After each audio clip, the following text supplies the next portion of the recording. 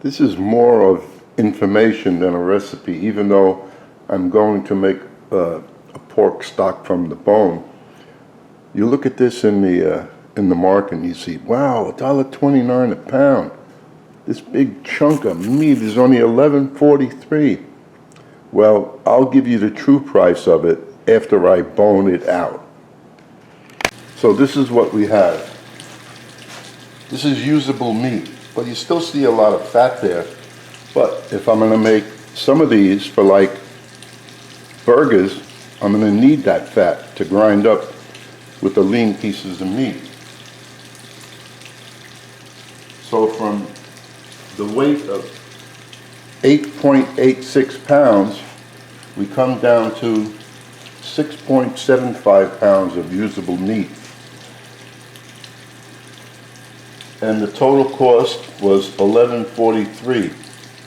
That's with the bone and everything. And that was at $1.29 a pound. So after you do the calculations on the usable meat, you come up to $1.69 a pound. So that's the real cost.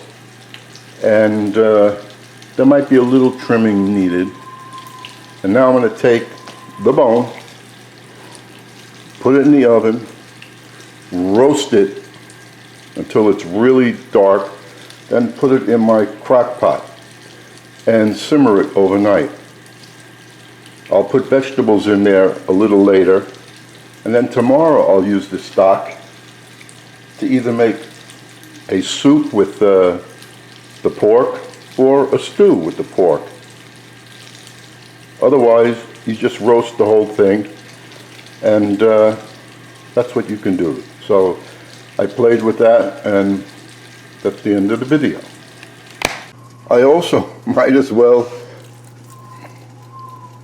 utilize all this fat in the skin, render this down, then I have the pork fat to use for sauteing in a pork recipe, or if I want the flavor in something else.